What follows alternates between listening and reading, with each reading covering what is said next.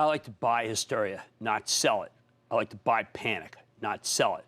We are trying to make sense of things for you here tonight in the face of this incredibly difficult but panicky tape. Top of the show, I recommended a bunch of fast-growing cloud stocks that rarely ever come in, because these are often the first names, though, to bounce back from any hideous market-wide shellacking, biological or financial. I may have another one for you, and it's Workday. You're familiar with it. It's the software as a service company that helps businesses automate lots of back-office jobs, especially in human resources and financial management. I've seen it at work. It saves money. Workday is one of our cloud kings. It's been a huge long-term winner. But last July, they missed numbers, and the stocks never really recovered. Tried to bounce over the past couple of months, but then the coronavirus hit. Whole market got wrecked. In just over a week, Workday's pulled down 15%. After the close, company reported a strong quarter, as expected. Better than expected guidance, though. For the full year, won't be enough to turn things around, or we want to take a longer-term view. If it keeps going down, you want to buy it. Before he hopped on his own earnings call, he had the chance to discuss all of this with Aneel Bhushri. He's the co-founder and CEO of Workday, and I think a real straight shooter. Mr. Bhushri, welcome back to Mad Money. How are you, Jim? Well, I don't know, because you're going to have to help me, because a lot of people feel that the country and the world have stopped because of a virus that we're all waiting in this country to perhaps deal with head on. And yet I look at your results, and I think I don't see any cessation of business. Perhaps this quarter doesn't include that, but you have boots on the ground. Tell me where people are. I think people are cautious. We're a global company right now. I don't think the risk in the U.S. is that high, but in Asia Pacific and Europe, our employees are worried, and so we have to take that into account. But business, we're still having conversations with our customers. We're just being smart about the way we travel and listening to all the governments in terms of the recommendations. People need Workday because people have companies that need to save money and be operating more efficiently. Whether they are not feeling well or ill or even hospitalized, their institutions need this kind of software as a service. So when you go to a Wells Fargo, to Charlie Scharf, maybe one of the smartest people I've ever met, and he looks at your product and he makes his decision, is he at all thinking, you know what, I can't bring Workday in because there's this thing called the coronavirus? I don't think that factors into it, and I really hope this is a blip and that everybody can be as healthy as possible. We'll return to normalcy, I think, probably by the summer, I would hope. But business moves forward, and our company is continuing to take care of its customers, take care of our employees, and do what we need to do to continue to build a vibrant company with really happy customers. You take an outfit like Southwest, you've got Gary Kelly, I think the foremost executive in the industry. But he also has problems with travel because of Corona. He also has Boeing issues because of the 737. And he's got Permian issues because of the slowing down in oil. Why does he need new software with all of those distractions? Well, I think in the case of both Gary and Charlie, they're two of the best CEOs in the industry in America, probably in the world.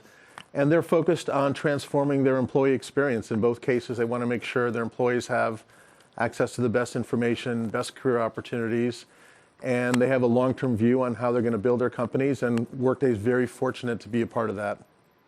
Now, when I think about Workday, I think about what companies are actually doing, which is figuring out a way to both do human capital management, but also do finance. How many are taking the suite, and how many are just you get in one way this time at least? Because this was such a strong quarter for you. What's the preponderance, suite or human capital, and then hope to get finance? Well, this past quarter we had our best quarter ever for financials by far. It was our best quarter for the adaptive planning cloud. It was the best quarter for our Prism Analytics. So the office of the CFO, it really picked up in this past quarter. And we had a number of accounts that actually bought finance before HR. But if you were to look at our mix, about 1 of every 4 customers has bought the full suite. And that number is growing.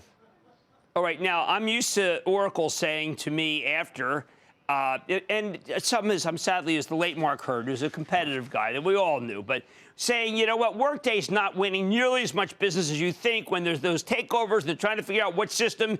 Workday's losing. I have not seen you lose a big client.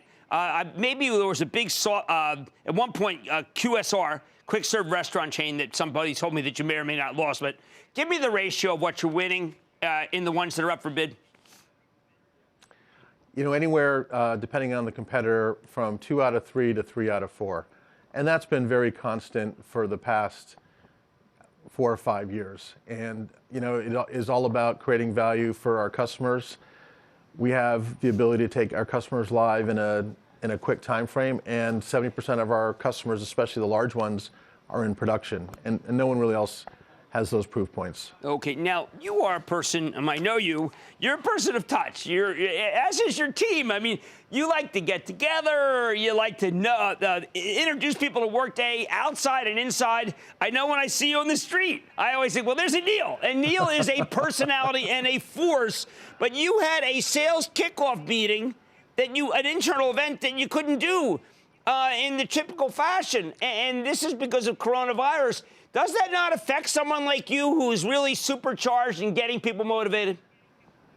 We have an ability to deliver the same content via technology. I'm a big fan of Zoom and WebEx. These products are great.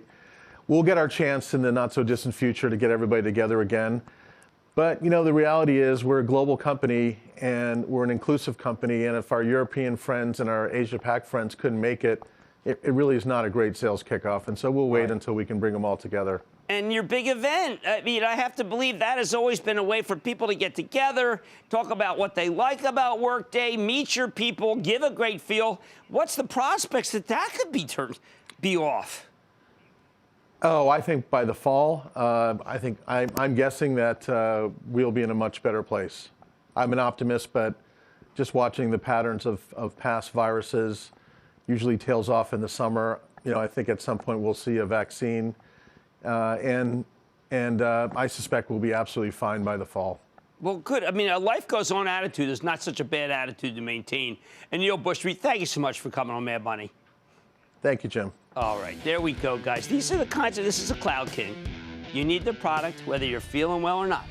And he's the co-founder and CEO of Workday, which we championed for a very, very long time. Mad Money's back after the break.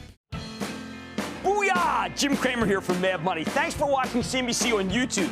Click here to subscribe and get the jump on my exclusives with CEOs, plus market news, investing advice, and a whole lot more.